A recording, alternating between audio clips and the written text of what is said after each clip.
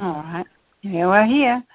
Okay. Well, we're going to continue with our endeavors to bring forth, the ability to raise one's vibrations.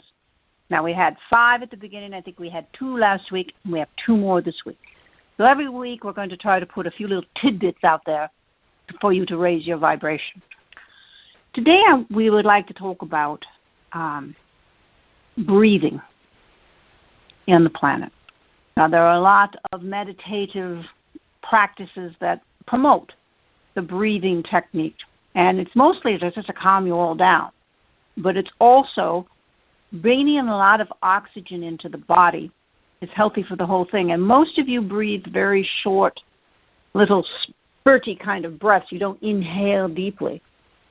And we think if you really want to raise your vibration, it's like dusting every day in your living room. You've got dust that shows up. Now, everything still looks nice, but you can see the layer of dust and you're going, oh, God. And you got to come in and dust it so that you feel better about how things are. Same thing here in your life.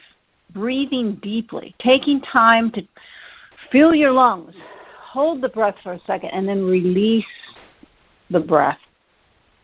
Takes you out of the loudness and the frantic energy that you're all up to your chins in. And a lot of times it's not your fault you're up in your chin in it. It's just the way that the reality is. So we would say take time every day. And it maybe takes 5 minutes to sit down and say, I'm going to breathe in as deep as I can. I'm going to take in as much oxygen as I can. Hold it for a second and then let it go. So that it's like dusting. Keeps all the things that you have within you running well, operating from a higher perspective, and makes it easier for you to be in the reality. Because most of you are operating on way less oxygen than what you need. And it's making you not think as clearly. It's making you probably not feel so great either. So breathing deeply and taking in really good oxygen. Now, don't go sit in a restaurant where people are smoking, which that doesn't happen so much anymore, but don't go into a place that's contaminated to do this. Go out in the fresh air of the day. Sit in the sun and allow the energy to come into you and breathe it in. Take in as much oxygen as you can and then breathe it out with as much gusto as you did as taking it in. It will help you be calmer. It will make your head a bit clearer. And if you find yourself being upset or someone's making you anxious or someone just, a coworker across the way just said something really obnoxious and your first thought is just to go choke the living daylights out of them, instead, take a break. Go step outside for a minute and breathe deeply. Calm yourself down and not allow yourself to get caught up in silly dramatics by somebody who's just bored. We think that's a very good thing for all of you to think about. So every day, take a few moments and take like 3 deep breaths, as much oxygen as you can get in there. Hold it and then let it go.